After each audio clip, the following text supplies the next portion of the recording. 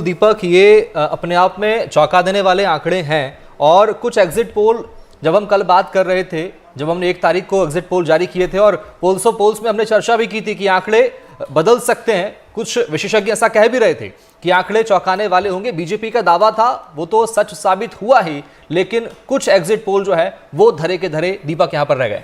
बिल्कुल। और ये देखिए, प्रधानमंत्री नरेंद्र मोदी का चेहरा, सबसे बड़ा चेहरा बीजेपी संगठन की तरफ से हम कहें, केंद्र का बड़ा चेहरा। प्रधानमंत्री की बात हम इसलिए भी कर रहे हैं क्योंकि जिस तरह की कैंपेनिंग बीजेपी ने मध्य प्रदेश के चुनाव में की थी, खास तौर पर यह नारा दिया था, एमपी के मन में मोदी, मोदी के मन में एमपी, काफी इंपैक्ट इसका रहा। दूसरा बड़ा चेहरा संगठन स्तर पर मध्य प्रदेश में अगर देखा जाए तो मुख्यमंत्री शिवराज सिंह चौहान, वीडी शर्मा का रहा। चलिए चर्चा को आगे बढ़ाएंगे हम। हमारे साथ कुछ मेहमान जुड़ रहे हैं, उनसे हम चर्चा करेंगे। राजनीतिक मेहमानों का हम रुख करेंगे। हमारे साथ बीजेपी से आलोक वत्स जी जुड़ रहे हैं। आलोक वत्स जी हमारे साथ जुड़ गए, बहुत शुक्रिया आलोक जी हमें समय देने के लिए। और दूसरी तरफ हम कुछ कोशिश करेंगे विपक्ष में, जो कि विपक्ष में कांग्रेस है इस वक्त मध्य प्रदेश में, उनसे भी हम जुड़ें, बातचीत करें। आलोक जी, मैं एक बार फिर देख रहा हूं, 2013 की तरह क्या बीजेपी इतिहास दोहरा रही है मध्य प्रदेश में? क्योंकि एक तरफा 2013 में जो प्रदर्शन था, 165 सीटें 2013 के चुनाव में आई थी, 2003 में 173 रिकॉर्ड तोड़ सीटें आई थी। शाम होते होते क्या ये रिकॉर्ड टूटेंगे मध्य प्रदेश में? मुझे पूरा विश्वास है दीपक जी कि ये रिकॉर्ड टूटेगा। क्यों कि अब एक चीज़ तो क्लियर हो गई है कि जो काम करेगा वही राज करेगा। और नरेंद्र मोदी जी के जो गारंटेड काम थे, जितनी भी कल्याणकारी योजनाएं थी, उसका पूरा लाभ वहाँ के अंतिम पायदान पर खड़े व्यक्ति को भी भरपूर मिला है। उसके साथ साथ जो शिवराज सिंह जी की राज्य सरकार की स्कीम थी, खासकर जो लाडली योजना, वो सुपर हिट हुई और महिलाओं ने बढ़ चढ़ कर वोट किया है बीजेपी को।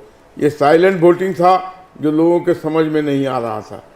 उसके बाद विपरीत जो कांग्रेस के लोग थे, उनके अंदर दम था, उनके अंदर ओवर कॉन्फिडेंस था। वो इनकम्बेंसी फैक्टर को समझ रहे थे कि उसके कारण उनकी जीत हो जाएगी। ये सारी चीज़ें ध्वस्त हो गई।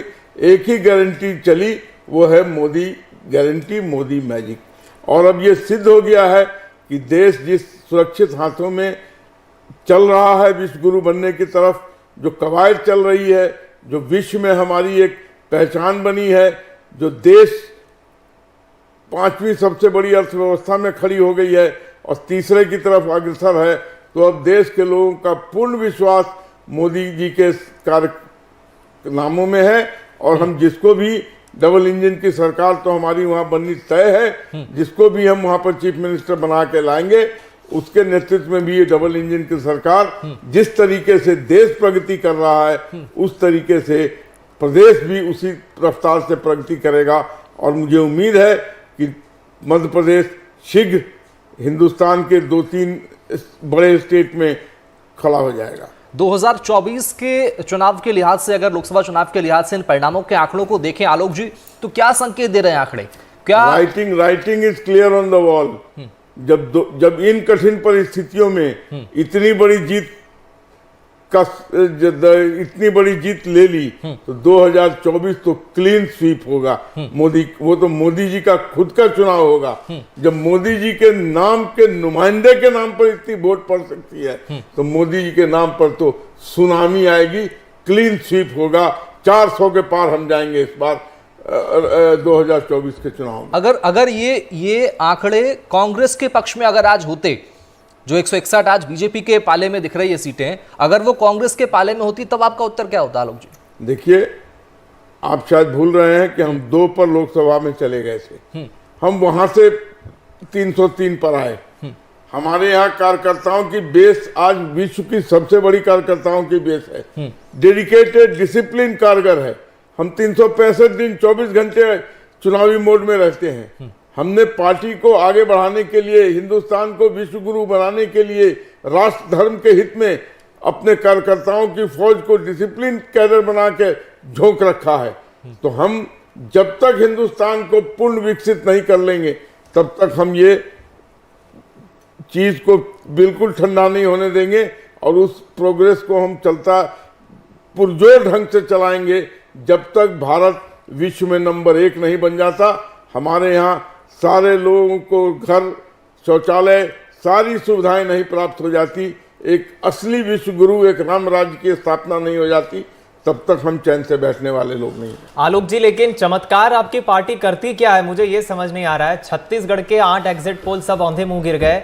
यहाँ पर मुख्यमंत्री भूपेश बघेल, उनके 7 कैबिनेट के मंत्री, मैं फिर कोट कर रहा हूं, दर्शकों को भी बता दूं, 7 कैबिनेट मंत्री पीछे चल रहे हैं। 3 मंत्री तो हार चुके हैं। खुद छत्तीसगढ़ के प्रदेश अध्यक्ष, पीसीसी चीफ दीपक बैज, आदिवासी समुदाय का बड़ा चेहरा, जो सांसद थे, अब खबर आ रही है 8000 वोटों से वो भी हार गए हैं। वहां पर ऐलान हो गया, घोषणा हो गई है। ये जो इंपैक्ट बीजेपी ने किया पिछले 4-5 महीनों में, ये जादू क्या रहा है तो विश्लेषक बताएंगे ही, लेकिन पहले ये आरोप लगे कि छत्तीसगढ़ में बीजेपी ठंडी है, सोई है, राजनीतिक सक्रियता नहीं है। पिछले 4-5 महीनों में ऐसा क्या जादू चलाती है आपकी पार्टी कि परिणाम 50+ कांग्रेस औंधे मुंह गिरती नजर आ रही है? देखिए दीपक जी, जो हमारी केंद्र की कल्याणकारी योजनाएं थी, उसका लाभ अंतिम पायदान पर खड़े व्यक्ति को पूरे प्रदेश में नहीं, पूरे देश में मिल रहा था। वो वहाँ के लोगों को भी मिला, और जो गारंटियाँ वहाँ दी थी प्रदेश सरकार ने, वो उसको लागू नहीं कर पाई। वहाँ जिस तरीके शराब घोटाला हुआ, जिस तरीके से खनन घोटाला हुआ, जिस तरीके से आदिवासियों पर अत्याचार हुआ, जबकि हमने आदिवासी महिला को राष्ट्रपति बनाकर खड़ा कर दिया, हमने उनके समुदाय को सर्वोच्च सम्मान पर जाके खड़ा किया। ये सब बातें इम्पैक्ट की, और जब मोदी जी ने कहा कि मेरी गारंटी है, तो उसको लोगों ने 100% सच माना कि ये व्यक्ति जो कहता है वो करता है जी। और इसके बात में सच्चाई है। ठीक है, इसी को मानकर वहां के लोगों ने वहां की सरकार को कर तख्ता पलट दिया। चलिए मैं लौटूंगा आपके पास आलोक जी। हमारे साथ बीजेपी से भोपाल स्टूडियो से दुर्गेश केशवानी जी भी जुड़ गए, उनसे हम बातचीत करेंगे, लेकिन पहले हमारे रेजिडेंट एडिटर अनुराग द्वारी जी का रुख कर लेते हैं। भोपाल से हमारे साथ जुड़ गए अनुराग जी। लगभग 4:15 बज रहे हैं और स्थिति मध्य प्रदेश के रिजल्ट को लेकर बिल्कुल साफ हो गई है। तीसरी बार बीजेपी एक बड़ा कीर्तिमान रचने जा रही है। 165+ सीटें अब तक मैं जितनी देख पा रहा हूं। कहां मौजूद हैं आप, क्या हलचल बीजेपी कार्यालय में हो रही है और किस तरह के रिएक्शंस मिल रहे हैं? दीपक, मैं थोड़ी देर पहले बीजेपी कार्यालय और मुख्यमंत्री निवास सबसे लौट कर आया हूं। मुख्यमंत्री जी का इंटरव्यू किया, जो बीजेपी के तमाम आला नेता हैं, ज्योतिरादित्य सिंधिया जी का इंटरव्यू किया। लेकिन अभी चूंकि छत्तीसगढ़ की थोड़ी देर पहले बात हो रही थी और हमने वहां पर कवरेज किया है और दोनों राज्य हम देखते हैं, तो थोड़ी सी बात आपको और उसमें जोड़ देना चाहूँगा। इन तमाम बातों के अलावा आपने दीपक बैज की बात की। आपको बताता हूँ कि 11:30 बजे सुबह जब हम उनके घर पर पहुँचे तो दीपक, चूँकि हम पहले से परिचित हैं, तो पता लगा वो अंदर सो ही रहे। फिर मैंने फ़ोन किया तो उन्होंने कहा कि मैं 2 बजे रात को वापस लौटा हूँ। मैंने उनको कहा कि हमने 2 बजे काम किया और सुबह 6 बजे से काम पर है। और ये वो दिन था जब दीपक बैज की खुद चित्रकूट में वो चुनाव उस दिन लड़ रहे थे। और उसी दिन जब हमने और उनके इलाके में घूमे तो ये समझ में आ गया था कि दीपक बैज को न सिर्फ बीजेपी हराना चाहती है, बल्कि खुद उनकी पार्टी भी उनके लिए एक बड़ा गड्ढा खोद रही है।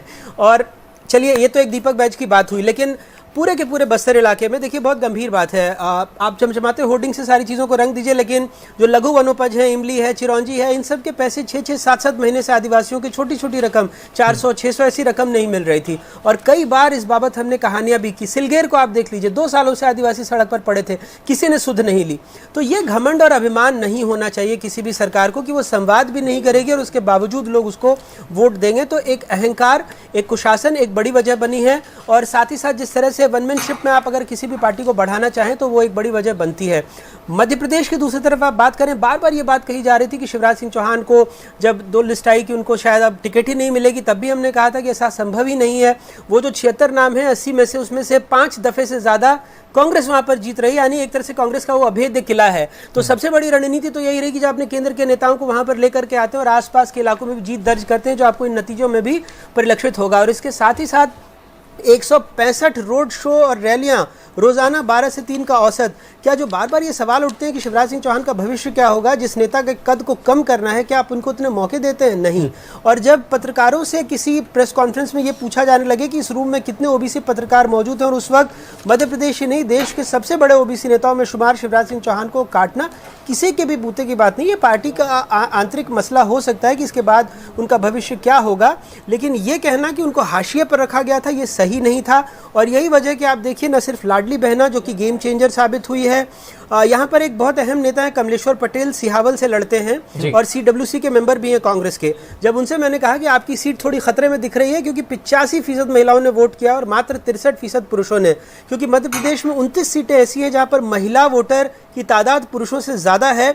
और आपको जान के मैं ये नहीं कह रहा कि ये कोई प्रयोग है, संयोग भी हो सकता है कि उसमें से 20 सीटें ऐसी थी जिस पर कांग्रेस के विधायक काबिज थे, जहाँ पर महिला वोटर और जो लाडली बहनाओं का जो स्कीम चल रहा है वो वोटर उन 20 सीटों पर ज़्यादा थे। तो ऐसे कई तरह के तमाम विश्लेषण से इस आंकड़े को देखा जा सकता है। और साथ ही साथ जो गोंडवाना गणतंत्र पार्टी और बहुजन समाज पार्टी का हम बार बार कह रहे थे, ये गठबंधन सबसे ज़्यादा डेंट अगर किसी को पहुंचाएगा तो वो कांग्रेस को। इस बार समाजवादी पार्टी ने भी अखिलेश कहते कहते 70 सीटों पर अपने उम्मीदवार खड़े कर दिए। पिछली दफे उनका वोट प्रतिशत बहुत ज़्यादा नहीं, लगभग 1.5% के आसपास था, लेकिन बहुजन समाज पार्टी पिछले चुनाव से पहले हर दफे लगभग 8-9% के पास वोट लाती थी और पिछली बार भी 5-6% वोट था, लेकिन कम से कम 15 सीटें ऐसी थी जहां पर उसके उम्मीदवार दूसरे नंबर पर रहे थे और गोंडवाना गणतंत्र पार्टी के भी 3 या 4 सीटों पर तो रहे ही थे। तो ये तमाम आंकड़े अगर आप इसका विश्लेषण करेंगे तो आप समझ पाएंगे। और सबसे बड़ी बात, आदिवासी वोटरों को जो पिछले 2 सालों से बीजेपी उन पर काम कर रही थी वो भी इन नतीजों में दिख रहा है कि उनका असर हुआ है। दीपक, इसी सिरे को मैं आगे बढ़ाऊंगा और एक महत्वपूर्ण सप्लीमेंट सवाल मेरा यही रहेगा आपसे अनुराग जी। जिस ट्राइबल वोटर्स की आप बात कर रहे हैं, आदिवासी वोटर्स, चाहे ग्वालियर चंबल हो, शहडोल की हम बात करें, महाकौशल, तो पूरा रीजन आदिवासियों का है। ये पूरे रीजन वाइज आप जो परिणाम देख रहे हैं, चाहे बुंदेलखंड हो, ग्वालियर चंबल हो, महाकौशल हो, मालवा निमाड़ हो, तमाम रीजन में बीजेपी ने जिस तरह से बढ़त हासिल की है। दूसरी तरफ कांग्रेस के, मैं अभी अपडेट आपको बता दूं, शाम 4 बजे तक मुझे अपडेट मिला है 40 से अधिक सिटिंग कांग्रेस के एमएलए अभी पीछे चल रहे हैं। परिणाम नहीं आए लेकिन ये पीछे चल रहे हैं। तो कहां चूक हुई कांग्रेस से? एंटी इनकम्बेंसी की जो बात कही जा रही थी वो बिल्कुल नजर नहीं आ रही इन रुझानों के मुताबिक। और रीजन वाइज 7 सांसदों को, 3 केंद्रीय मंत्रियों को उतारना कितना फायदेमंद साबित हुआ बीजेपी के लिए?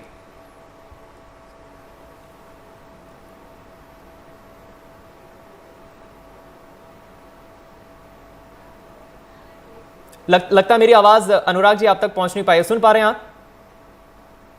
चलिए, मुझे लग रहा है दीपक आपने सवाल दोहराएंगे फिर से? जी, मेरा यही सवाल है, रीजन वाइज आप कैसे देख रहे हैं? 7 सांसदों को, 3 केंद्रीय मंत्रियों को उतारना चुनाव में कितना सफल रहा पार्टी के लिए? और दूसरी तरफ जो ट्राइबल वोट की आप बात कर रहे हैं, 2 साल से बीजेपी जिन आदिवासी ट्राइबल वोटर्स पर काम कर रही थी, उन्होंने भी काफी स्पष्ट बहुमत बीजेपी को दे दिया है। तो ये प्रयोग बीजेपी का कितना सफल रहा? और दूसरी तरफ कांग्रेस के 38 से 40 सिटिंग एमएलए अभी पीछे चल रहे हैं। देखिए, अब तो क्षेत्रवाद कोई बात ही नहीं बचती है, क्योंकि 230 सीटों में अगर आप 160 से ज्यादा सीटें लेकर के आते हैं तो इसका मतलब यही है कि चाहे विंध्य हो, महाकौशल हो, बुंदेलखंड हो, मध्य प्रदेश हो, मालवा निमाड़ हो, इन सारी सीटों पर, इन सारे इलाकों में आपने अपने विपक्षियों को ध्वस्त कर दिया है। इसका सीधा साधा मतलब यही है। फिर उसके अलावा फिर चाहे वो 47 जो रिजर्व सीटें हैं आदिवासियों के लिए और 84 ऐसी सीटें जिन पर वो प्रभाव रखते हैं, इन सारी सीटों पर भी आपने एक जोरदार अपनी आमद दर्ज कराई है। तो ये तमाम ऐसी वजहें हैं जिसकी वजह से आप ये मान सकते हैं कि न सिर्फ क्षेत्रवार बल्कि जितने भी आप जातीय समीकरण हैं या तमाम ऐसे समीकरण हैं उस पर बीजेपी बहुत हावी होती दिख रही है अपनी विपक्षी यानी कांग्रेस पर। चलिए, अनुराग जी ने बिल्कुल सटीक बात कही है। दुर्गेश जी, अग्रिम बधाई जी चाह रहा है आपको अभी से दे दूं, क्योंकि रुझान जो है ये शायद परिणामों में बदल जाएंगे। राजनीतिक विश्लेषक और बड़े पत्रकार भी कह रहे हैं अग्रिम बधाई स्वीकार करिए। क्या जादू चलाया सर? एमपी, छत्तीसगढ़, राजस्थान, तीनों राज्यों में बल्ले बल्ले, और एमपी में तो बिल्कुल 165 प्लस जिस तरह से आपका पार्टी प्रदर्शन कर रही है, तीसरी बार क्या नया कीर्तिमान रच रही है? बहुत बहुत धन्यवाद दीपक जी। निश्चित रूप से जब हम पूर्व में भी 1-2 दिन पहले आपके चैनल पर बैठे थे तो मैंने एक बात कही थी कि हम लैंडस्लाइड विक्ट्री की ओर बढ़ रहे हैं। इसके पीछे का जो कारण था वो हमारी माननीय मोदी जी का मूल मंत्र सबका साथ, सबका विकास और सबका विश्वास, इसके साथ साथ हमारी केंद्र की जन कल्याण की योजना है, प्रदेश की जन कल्याण की योजना, और हमारा जो देवतुल्य कार्यकर्ता ने परिश्रम की पराकाष्ठा की, हमारे संगठन ने जो बूथों की महत्वता को समझा और जो वोट शेयर बढ़ाने की बात हुई थी प्रत्येक बूथ पे, 64,523 बूथों पर जो हमने डिजिटली हम पहुंचे थे, फिजिकली पहुंचे थे, हमने त्रिदेव की टीम तैयार की, पन्ना प्रमुख तैयार की, सब हमने जो माइक्रो मैनेजमेंट जिसे कहते हैं उसको लेकर आगे बढ़े। हम जन कल्याण के साथ, हम विकास के साथ, और हम अपना जनता का विश्वास जीतने में कामयाब हुए। हम शुरू से ही बोल रहे थे कि हम एक लैंडस्लाइड विक्ट्री की ओर अग्रसर हो रहे हैं। ये कारण हमारे जो काम थे, हमारी जो जन कल्याण की नीतियां थी उसको लेकर थे। और इसके ठीक है। विपरीत हमारा जो विरोधी दल है कांग्रेस, वो सिर्फ आरोप आलोचना और इसके रथ पर सवार होकर जनता के बीच में था। ठीक है, मैं दुर्गेश जी आपको क्षमा चाहूंगा, बीच था। में रोक रहा हूं। बहुत छोटा सा कमर्शियल ब्रेक मुझे लेना है, बहुत जल्दी मैं लौटूंगा, इस चर्चा को हम जारी रखें।